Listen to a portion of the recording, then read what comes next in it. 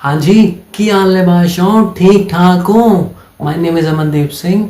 बच्चों, आज की वीडियो में हम लोग डिस्कस करेंगे क्लास 12th अकाउंट्स का chapter number 1, that is fundamentals of partnership, उसके बेसिक कॉन्सेप्ट्स। तो बच्चों, बिना टाइम वेस्ट किए चलते हैं अपने कंप्यूटर की स्क्रीन पे और डिस्कस करते हैं आज की क्लास में हम लोग क्या क्या डिस्कस करेंगे। बच्चों, अकाउंटिंग फॉर पार्टनरशिप में बेसिक कॉन्सेप्ट्स में सबसे पहला जो क्वेश्चन आता है भैया, व्हाट इज पार्टनरशिप? पार्टनरशिप आखिर होती क्या है? चैप्टर नंबर 1 जो हमारा है इसमें बेसिक कॉन्सेप्ट हम लोग पढ़ेंगे पार्टनरशिप के। पर पार्टनरशिप हमको मालूम तो होनी चाहिए क्या होती है पार्टनरशिप। तो बच्चों, इसको section 4 of Indian partnership act 1932, ये हम लोग याद रखेंगे। कौन सा सेक्शन गवर्न करता है इसको? Section 4 of Indian partnership act 1932 defines partnership as the relation between persons who have agreed to share the profits of business। देखेंगे हम लोग definition, the relation between persons who have agreed to share the profits of business carried on by all or any one of them acting for all। बच्चों, ये हम लोग ने definition पढ़ी होगी क्लास 11th में भी, बट इसको हम लोग डीपली क्लास 12th में स्टडी करेंगे। ठीक है, तो अब हम लोग अपनी जो डेफिनेशन सेक्शन 4 में है उसको पार्ट बाय पार्ट स्टडी करते हैं। हम लोग ने पहले क्या पढ़ा? Partnership is the relation between persons, यानी कि आप यहाँ देख सकते हैं 2 और मोर इंडिविजुअल्स, यानी पार्टनरशिप एक बंदे के साथ अकेले नहीं हो सकती। आप अकेले पार्टनरशिप फॉर्म नहीं कर सकते। पार्टनरशिप फॉर्म करने के लिए हम लोग को मिनिमम 2 इंडिविजुअल्स चाहिए। ठीक है, तो आप यहाँ स्क्रीन पे भी देख सकते हैं कि जैसे ये इलस्ट्रेशन है, ये आपको ये इलस्ट्रेटिव इमेज है, ये आपको शो कर रहा है कि पार्टनरशिप फॉर्म करने के लिए एटलीस्ट हमारे पास 2 और मोर पर्सन्स होने चाहिए। ठीक है, उसके बाद who have agreed to share the profits of the business, ये हम लोग याद रखेंगे कि कोई भी पार्टनरशिप तभी होगी जब हम एग्री करते हैं कि हम प्रॉफिट एंड लॉस शेयर करेंगे, विच इज और ऑफ अ बिजनेस ऑपरेशन। इसमें क्या है कि पार्टनरशिप हम तब फॉर्म करते हैं जब हमको कोई बिजनेस करना होता है और हम लोग उस बिजनेस से जो प्रॉफिट कमाते हैं वो आपस में शेयर करते हैं। और सबसे last important, that is carried on by all or any one of them acting for all. इसको हम लोग बोलते हैं बच्चों म्यूचुअल एजेंसी। तो फिर से हम लोग एक बार डेफिनेशन को स्टडी करते हैं। Section 4 of Indian partnership act defines partnership as the relation between persons who have agreed to share the profit of the business carried on by all or any one of them acting for all। यानी कि partnership एक relation है between persons, यानी more than one person होना चाहिए। Who have agreed to share the profits of the business. हम 2 लोग साथ में आते हैं, 2 लोग साथ में मिलते हैं बिजनेस करने के लिए, जिससे प्रॉफिट एंड लॉस शेयर होता है। Carried on by all any one of them acting for all. इसका क्या मतलब है? यानी कि पार्टनरशिप में बच्चों प्रिंसिपल और एजेंट का रिलेशनशिप होता है। कैरीड ऑन बाई ऑल यानी कि 3 पार्टनर्स हैं। लेट सपोज हमारी फर्म में ए, बी और सी 3 पार्टनर्स हैं। ठीक है, अब ए और बी जो है वो ऑफिस में बैठे हैं। लेट सपोज ये हमारा ऑफिस है, ऑफिस में बैठे हैं। ठीक है, और जो सी भाई साहब हैं हमारे, ये गए हैं कहीं out of the station client से मिलने। ठीक है, अब जो सी भाई साहब ने डिसीजन लिया वो क्लाइंट से मिलने गए। क्लाइंट से मिलने गए तो वो सबको रिप्रेजेंट कर रहे हैं। सी अकेला अपने आप को खाली नहीं रिप्रेजेंट कर रहा, सी पूरी फर्म को रिप्रेजेंट कर रहा है। तो सी कोई भी डिसीजन लेता है that is binding on both A as well as B.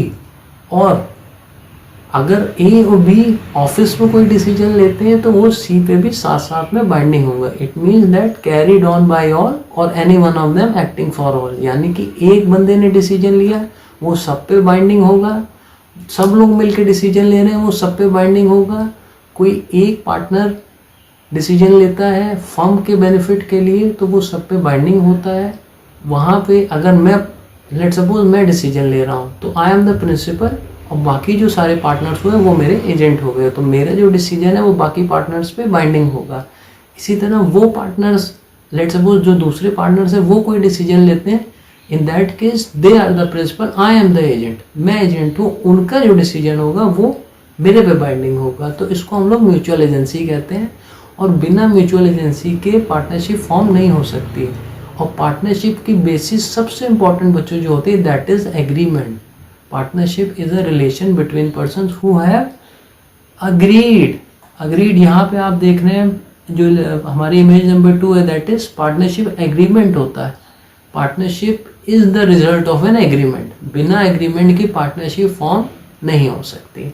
तो बच्चों होप करता हूँ आपको यहाँ तक इसकी डेफिनेशन समझ में आई होगी। अब हम लोग आगे डिस्कस करते हैं इसके और डीप कॉन्सेप्ट। अब बच्चों हम लोग डिस्कस करेंगे the anatomy of partnership. The anatomy of partnership में बच्चों the persons who have entered into partnership with one another are individually called as partners। बच्चों जैसे भी मिनिमम हम लोग ने डेफिनेशन में पढ़ा कि पार्टनरशिप फॉर्म करने के लिए 2 लोग चाहिए। अब 2 लोग अगर अलग अलग उनको हम लोग they are individually called as partners. Persons who have agreed who have entered into partnership with one another are individually called as partners. अब जैसे आप स्क्रीन पे देखिए तो जो ए है, ए शर्मा है, एम चैन है, गोमेज है, ड्यूबियस है, ये लोग separately they are called as individually they are called as partners and collectively they are called as firm. ठीक है। और the name under which the business is carried that is called firm name. इसमें इस case में हमारे पास है alpha nexus solutions. ठीक है। तो पहले हम लोगों ने डिस्कस किया कि इंडिविजुअली जो होंगे दे आर इंडिविजुअली लोग जो साथ में आएंगे they will be called as partners. अब सबको हम लोग साथ में जोड़ देंगे तो they will be collectively called as firm. और उस जो वो फर्म जो है जो भी वो बिजनेस कर रही है द नेम जिस नेम के नीचे वो बिजनेस कर रही है that is called firm's name. The name under which the business is carried on by the firm is known as firm's name. ठीक है। यही इसमें लिखा हुआ है बच्चों। The name under which the business is carried is called firm name। और a partnership firm has no separate legal entity apart from its partners constituting it। ये बहुत important concept है बच्चों। इसका मतलब ये है कि पार्टनरशिप में हमारी लाइबिलिटी अनलिमिटेड होती है। अगर अकाउंटिंग पॉइंट ऑफ व्यू से हम लोग देखें तो पार्टनरशिप में सेपरेट लीगल एंटिटी है। बट क्यों separate legal entity which means that कि business and businessman both are separate. But ये अकाउंटिंग पॉइंट ऑफ व्यू से जब हम अकाउंटिंग कर रहे हैं। बट बच्चों जब हम लीगल पॉइंट ऑफ व्यू से करते हैं, लीगल पॉइंट ऑफ व्यू से देखते हैं then partnership has unlimited liability. जिसका मतलब ये है कल को फर्म को कोई लॉस होता है तो personal assets private assets of partner will be taken to pay back the dues which are due on firm. मतलब फर्म को कोई भी अगर फ्यूचर में लॉस होता है तो अगर कल को कोई पैसा कम पड़ता है तो पार्टनरशिप के जो पार्टनर्स के इंडिविजुअल एसेट्स होते हैं उनके प्राइवेट एसेट्स होते हैं उसको भी लेकर लाइबिलिटी पूरी की जाएगी। उसको उस एसेट्स को बेच के या उस एसेट से सेटल करके फर्म की लाइबिलिटी को सेटल किया जाता है। तो इन दिस केस पार्टनरशिप में अनलिमिटेड लाइबिलिटी होती है। ठीक है। नेक्स्ट टॉपिक बच्चों हम लोग देखते हैं क्या है essential features of partnership. Partnership की क्या एसेंशियल फीचर्स हैं। ठीक है। सबसे बच्चों पहला आता है दैट इज हम लोग ने ऑलरेडी डिस्कस किया 2 और more person. In order to form partnership there should be at least 2 persons coming together for a common goal. यानी कि पार्टनरशिप फॉर्म करने के लिए एटलीस्ट 2 मेंबर रिक्वायर्ड है। In other words, the minimum number of partners in a firm can be 2। There अच्छा बच्चों ये तो हम लोग को आता है कि यार मिनिमम नंबर ऑफ मेंबर्स तो 2 हैं पर भैया मैक्सिमम कितने हो सकते हैं। तो वही यहाँ पे लॉ हमको स्टेट करता है कि मैक्सिमम नंबर ऑफ पार्टनर्स कितने हो सकते हैं।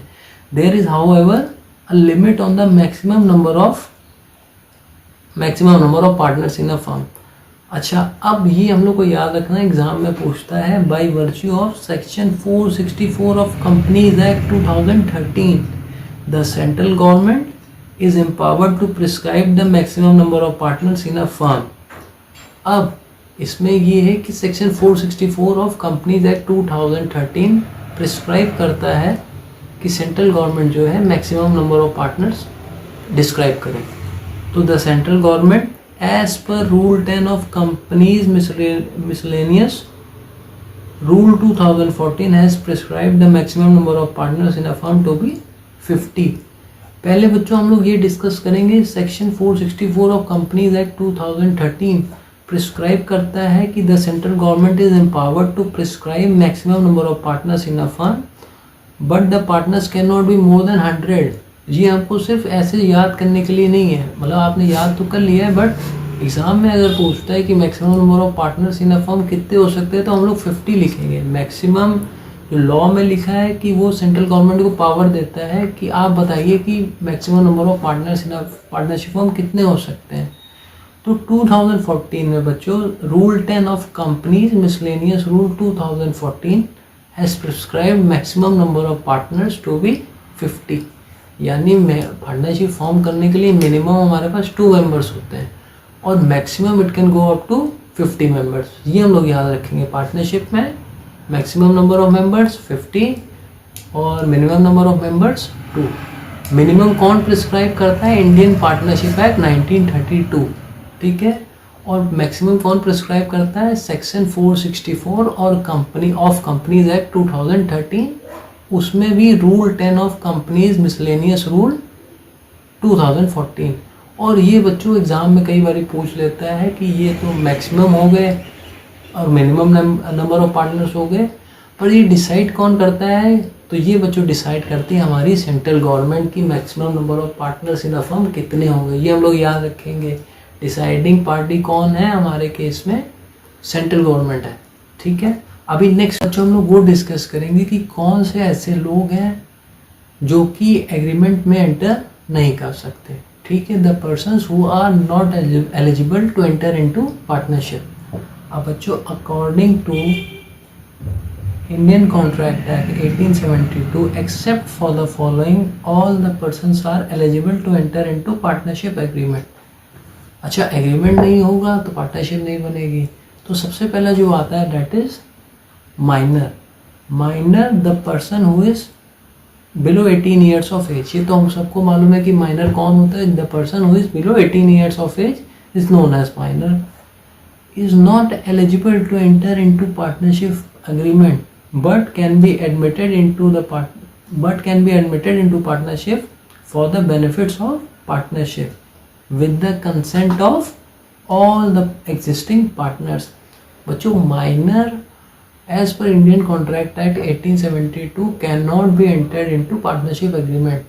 मतलब कि माइनर को हम पार्टनरशिप एग्रीमेंट में एंटर नहीं कर सकते, माइनर एग्रीमेंट फॉर्म नहीं कर सकता, बट माइनर को हम पार्टनरशिप में ला सकते हैं.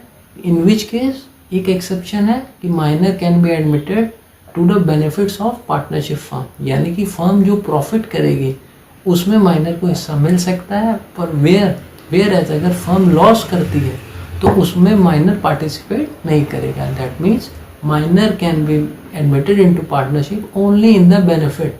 और ये सब सारे एग्जिस्टिंग पार्टनर्स हैं, उनके कंसेंट के बिना नहीं हो सकता. कंसेंट का मतलब रजामंदी, यानी कि हमने सारे पार्टनर से कंफर्म कर लिया, उनसे परमिशन ले ली कि हम माइनर को अपनी फर्म में एंटर कर सकते हैं कि नहीं कर सकते हैं. अगर उनकी कंसेंट है, अगर वो यस कहते हैं, तभी माइनर आपकी फर्म में एज अ पार्टनर एडमिट हो सकता है. ठीक है.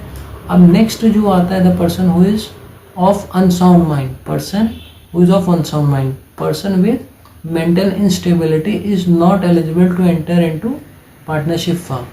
पर्सन जिसकी मेंटली यानी दिमागी हालत ठीक नहीं है is not eligible to enter into partnership. Person unsound mind का कैसे वो बच्चों, या वो ल्यूनेटिक हो सकता है. ल्यूनेटिक का मतलब ये कि जिसकी माइंड की जो हालत है वो ठीक नहीं है, ही इज मेंटली अनस्टेबल. ठीक है. वो पर्सन पार्टनरशिप एग्रीमेंट में नहीं आ सकता. तीसरा कौन है? Person who is disqualified by law. The person who is disqualified by law cannot enter into partnership agreement. बच्चों इसमें वो लोग आते हैं जिनको लॉ ने ही मना कर दिया कि आप पार्टनरशिप एग्रीमेंट में आ ही नहीं सकते। एग्जाम्पल कॉन्विक्ट्स हो सकता है, बहुत सारे एग्जाम्पल हो सकते हैं, पर इसमें वो लोग आते हैं जिसको लॉ ने डिस्क्वालीफाई कर दिया कि वो पार्टनरशिप फॉर्म नहीं कर सकते। ठीक है, अब नेक्स्ट फीचर जो बच्चों हमारा आता है that is agreement. Feature number 2 that is agreement. Partnership is the result of an agreement between 2 और more persons to do business and share its profit and loss. जैसे हम लोग ने ऑलरेडी डिस्कस किया कि पार्टनरशिप तभी बन सकती है जब एग्रीमेंट होगा, एग्रीमेंट नहीं होगा तो पार्टनरशिप होगी ही नहीं। ठीक है, the agreement becomes the basis of relation between the partners. और ये भी हम लोग को देखना है कि एग्रीमेंट जरूरी नहीं है कि रिटन फॉर्म में ही हो, एग्रीमेंट ओरल भी हो सकता है, रिटन भी हो सकता है।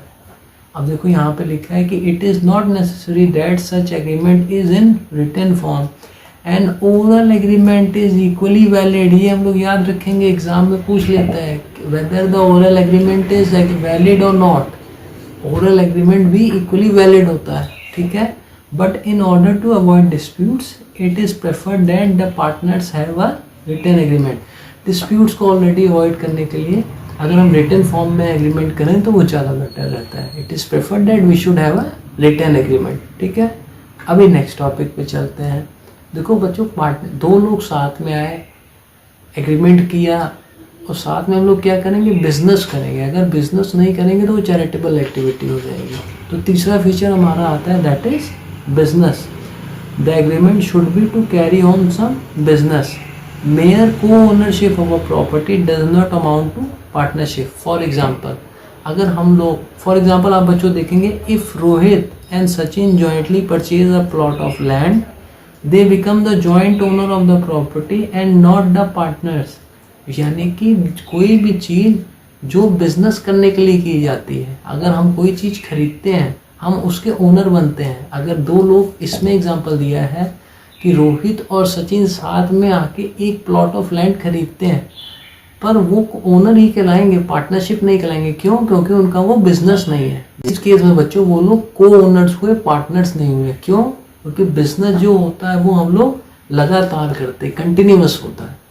और जो चीज़ एक बारी की गई, हमने हमारे पास पैसा था, हमने कोई प्लॉट ऑफ लैंड ले लिया, तो या दो लोग ने मिलकर साथ में ले लिया, तो बच्चों वो ओनर को ओनर हो गए, पार्टनर नहीं हो गए। पार्टनर तब होंगे जब वो हम लोग कंटिन्यूसली बार बारी वो चीज़ कर रहे हैं, तब वो हम लोग बिजनेस कहलाता है। बिजनेस तब कहलाएगा जब कोई भी चीज़ हम लोग बार बारी करते हैं टू अर्न प्रॉफिट। ठीक है, तो but if they are in the business of purchase and sale of land for the purpose of making profit they will be called as partners.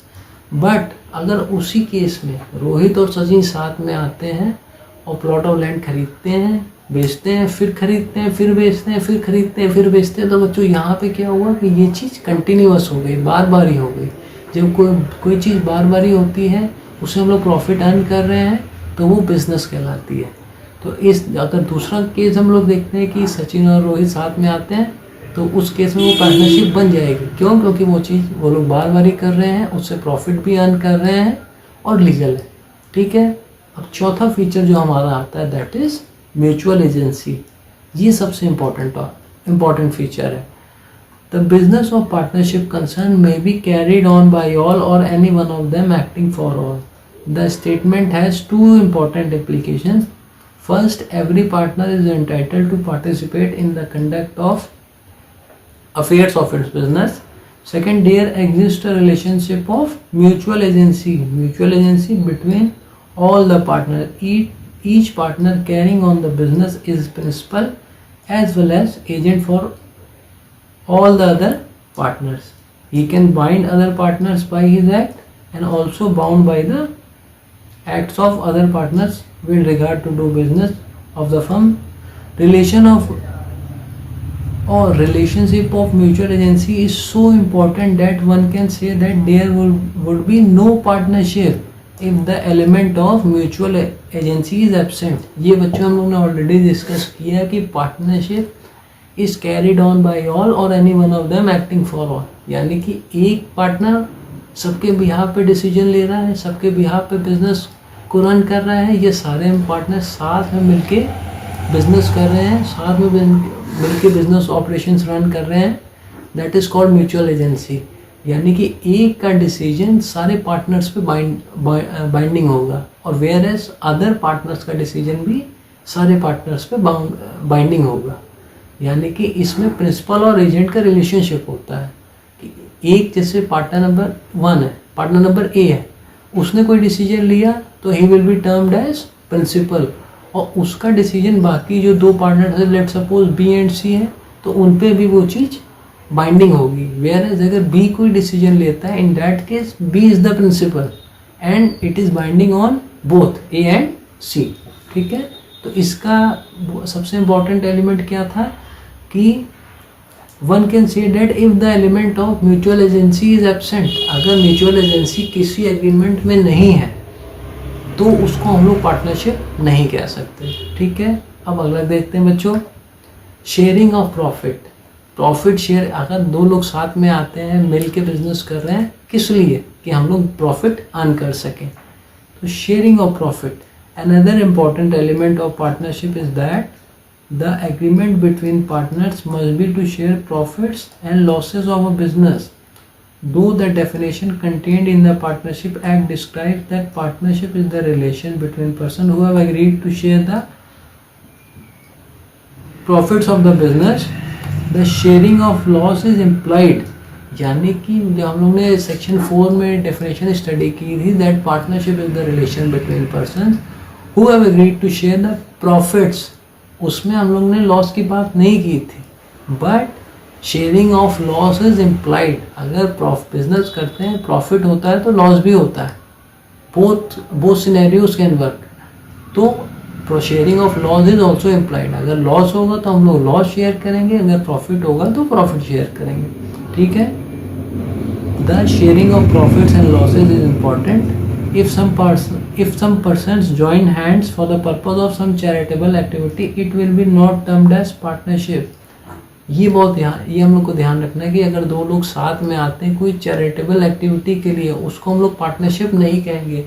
क्यों नहीं कहेंगे? क्योंकि बच्चों ना उसमें हम लोग कोई बिजनेस कर रहे हैं, ना ही उसमें हम लोग कोई प्रॉफिट अर्न कर रहे हैं। तो अगर हम प्रॉफिट अर्न कर रहे हैं, दो लोग हैं साथ में आए हैं, बिजनेस कर रहे हैं, प्रॉफिट अर्न कर रहे हैं, that will be termed as, और उसमें उन दोनों में एग्रीमेंट है, that will be termed as partnership. अभी नेक्स्ट बच्चों आता है that is liability of partners. Liability of partners में हम लोग डिस्कस करेंगे, each partner is jointly with all the other partners and severally to the third party for all the acts of the firm done while he is a partner. Not only that, the liability of the partner for the acts of the firm is also unlimited. This implies that the private assets can also be used for paying off the firm debts. ये हम लोग ने already discuss किया था कि in the case of partnership जो partners की liability होती है वो अनलिमिटेड होती है। It means that in case of loss जो पार्टनर्स के पर्सनल एसेट्स होते हैं उनको भी लिया जा सकता है to pay off the firm debts. Firm का जो भी डेट है वो पार्टनर, अगर वो फर्म के एसेट से पूरा नहीं हो रहा है तो पार्टनर्स के पर्सनल एसेट्स लेके भी उसको रीपे किया जा सकता है। तो in this case liability of partners in partnership firm is unlimited. ठीक है बच्चों, अब नेक्स्ट जो हमारा टॉपिक आता है दैट इज पार्टनरशिप डीड। हम लोगों ने डिस्कस किया कि partnership comes into existence with agreement. अगर पार्टनरशिप एग्जिस्टेंस में आती है एग्रीमेंट के बेस पे, तो एग्रीमेंट ओरल भी हो सकता है, रिटन भी हो सकता है। तो हमारा नेक्स्ट टॉपिक है that is partnership deed. Partnership agreement comes into existence with oral as well as written agreement. तो पार्टनरशिप डीड बच्चों क्या होती है? Partnership comes into existence as a result of agreement among the partners. The agreement can be either oral or written.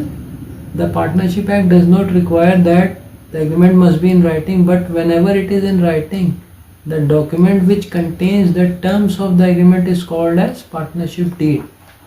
जो अगर हम लोग ने पार्टनरशिप फॉर्म बनाई और उसका रिटन डॉक्यूमेंट बनाया है जिसमें कि हम लोगों ने terms and conditions of partnership लिखी, that is called as partnership deed. It generally contains the details about all the aspects affecting the relationship between the partners, including the objective of business, contribution of capital by each partner, ratio in which the profits and losses will be shared by the partners, and entitlement of partners to interest on capital, interest on loan, interest on drawings, etc.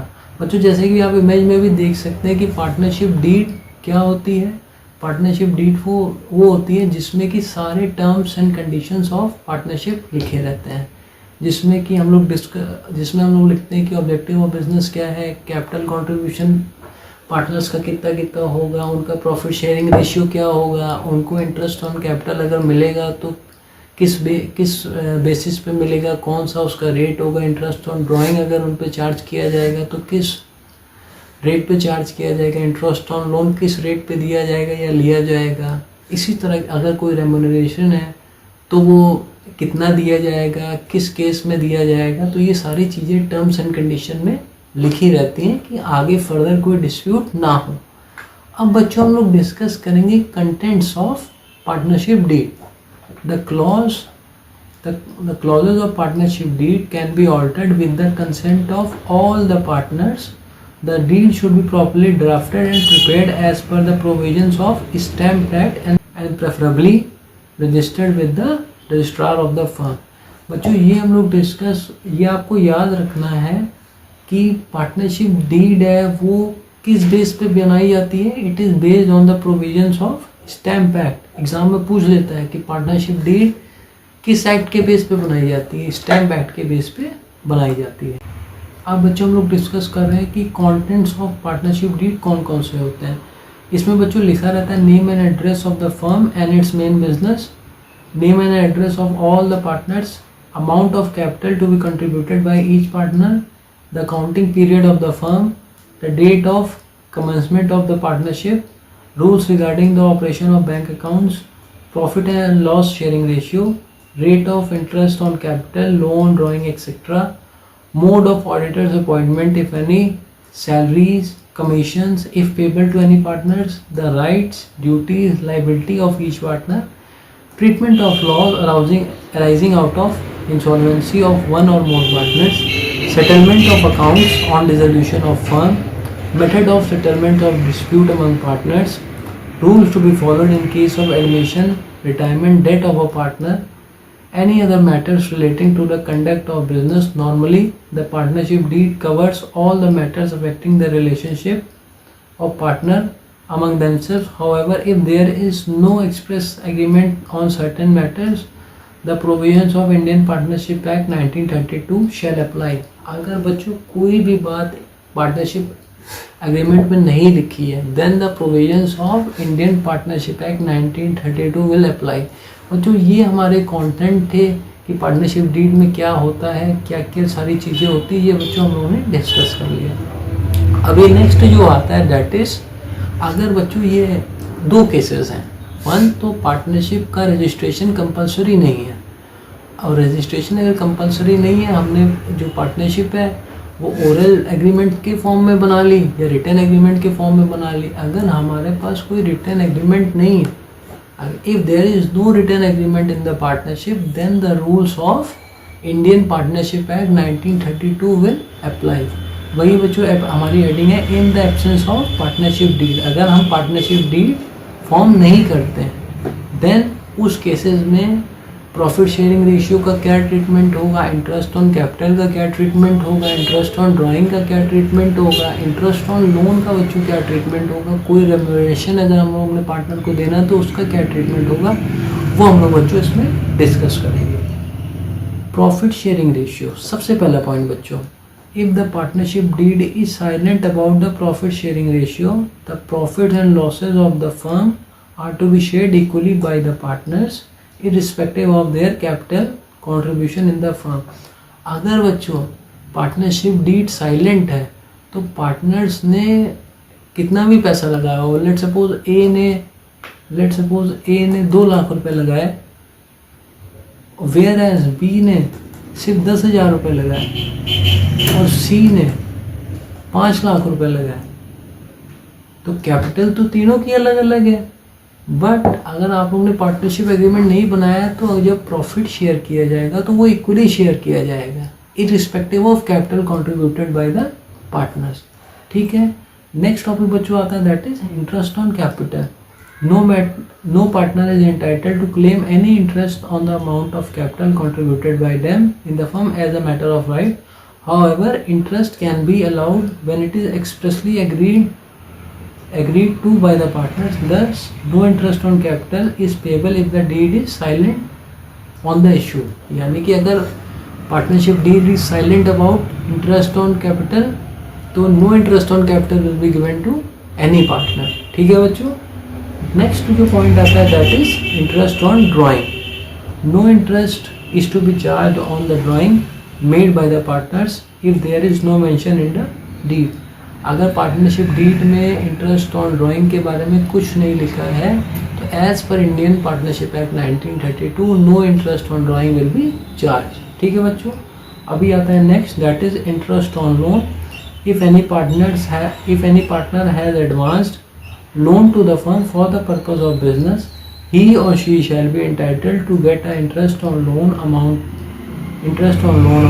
at the rate of 6% per annum. अगर बच्चों किसी partner ने firm को loan दिया है business करने के लिए और पार्टनरशिप डीड में उसका इंटरेस्ट परसेंटेज नहीं लिखा हुआ है, then as per Indian Partnership Act 1932 he will be entitled to receive 6% per annum interest on the loan amount. अगर पार्टनरशिप डीड साइलेंट है तो इंटरेस्ट ऑन लोन बच्चों 6% पर एनम उस पार्टनर को दिया जाएगा। It is treated as a charge against profit. अगर profit हो या लॉस हो उसको इंटरेस्ट दिया ही जाएगा। ठीक है बच्चों। अभी नेक्स्ट जो आता है that is remuneration for firms work.